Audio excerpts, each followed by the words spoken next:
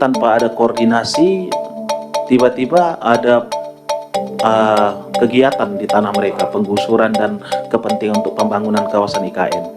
Jadi mereka tidak ada partisipasi, tidak ada hal yang mereka dilibatkan, dan itu sampai sekarang tidak ada keterangan yang jelas. Edi Oloan Pasaribu, satu dari 8 anggota DPR RI Dapil Kaltim, akhirnya muncul di publik saat dia berbicara pada rapat dengar pendapat Komisi 2 DPR RI dengan Menteri ATR BPN Nusron Wahid dan jajaran. Pada RDP perdana yang masih berisi perkenalan dan diskusi umum tersebut, Edi yang terpilih sebagai anggota DPR RI Dapil Kaltim dari Partai Amanat Nasional, menyampaikan beberapa hal terkait konstituennya di Kaltim, terutama IKN, dan kaitannya dengan tugas Kementerian ATR BPN. Simak pernyataan Edi Oloan yang terpilih untuk periode pertamanya di Senayan, menggeser kursi Irwan Fecho, anggota DPR RI Wakil Kaltim petahana dari Partai Demokrat, setelah melewati proses penghitungan suara ulang. Saya sangat semangat sekali tadi pagi berangkat sini Pak, karena terus terang ini periode saya pertama terpilih, dan begitu konstituen saya tahu saya di Komisi 2, banyak sekali yang antusias mengirimkan harapan-harapan mereka. Ada 2 isu strategis yang sering kita dengar. Yang pertama itu tenaga honorer, yang kedua itu tentang tanah, Pak. Dari sekian banyak mungkin saya hanya memilih isu IKN, Pak. Jadi kesempatan ini saya ingin menyampaikan, ada di dapil saya, konstituen saya Pak, terkait pembebasan lahan di 3 kelurahan di kawasan IKN, Kelurahan Jenebora, mungkin kelurahan tiga kelurahan, ada Jeneponto dan Pantai Lango. Jadi info yang kami terima, jadi gini Pak, saya ini juga sekian banyaknya polemik yang ada, mereka punya harapan. Saya juga tidak langsung merespon, memberi harapan bagaimana, tapi tugas saya ingin menyampaikan.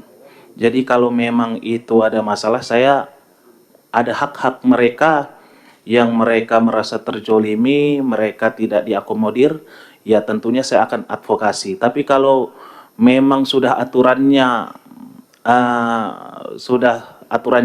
seperti itu dan mereka merasa haknya diambil, ya kita edukasi. Tadi saya lihat ada tema dari Pak Menteri itu terkait tentang pengadaan tanah untuk kepentingan umum dan IKN. Itu kenapa saya angkat isu ini. Jadi mereka bercerita begini Pak, awalnya itu mereka dimintai tanah-tanah mereka itu tentang surat-suratnya. Jadi dimintai oleh kelurahan dan mereka sangat antusias sekali dan mereka kirimkan, baik apapun itu surat-surat legalitas mereka yang miliki, mereka setor ke kelurahan. Dan pihak kelurahan mengkolektif dokumen-dokumen itu dan diteruskan di bank tanah.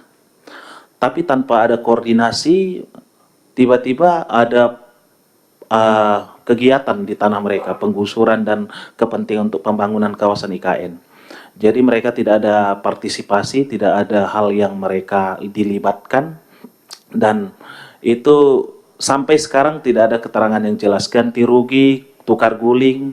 Dan perlu dicatat Pak bahwa saya juga informasi ini sangat banyak sekali dan saya belum cek detail karena statusnya ini kita tidak mau juga saya hantam kromo, saya jangan-jangan pihak Bapak sudah koordinasi dengan pihak OIKN-nya juga sudah sesuai dengan prosedur, saya membela membabi buta, tidak.